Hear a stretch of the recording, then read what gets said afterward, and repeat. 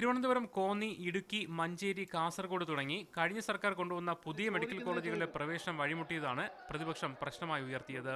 സർക്കാർ medical കോളേജിലുൾപ്പെടെ 1000-ഓളം merit സീറ്റുകൾ സംസ്ഥാനത്തിന് നഷ്ടമായെന്ന് പ്രതിപക്ഷം ആരോപിച്ചു.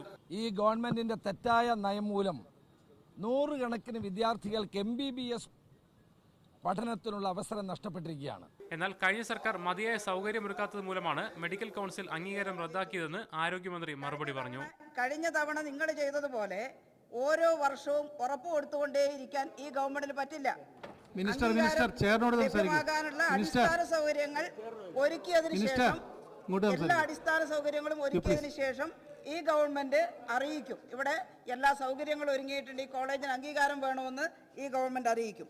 എല്ലാ സൗകര്യവും ഒരുക്കിയിട്ടേ മെഡിക്കൽ കോളേജ് ആരംഭിക്കൂ എന്നത് പ്രായോഗികമല്ലെന്ന് മുൻ മുഖ്യമന്ത്രി ഉമ്മൻചാണ്ടിയും പ്രതികരിച്ചു. പൂർണ്ണമായ സൗകര്യത്തോടുകൂടി കേരളത്തിൽ നിന്നല്ല ഇന്ത്യയിൽ ഒരിടത്തും ഒരു മെഡിക്കൽ കോളേജും തുടങ്ങിയിട്ടില്ല.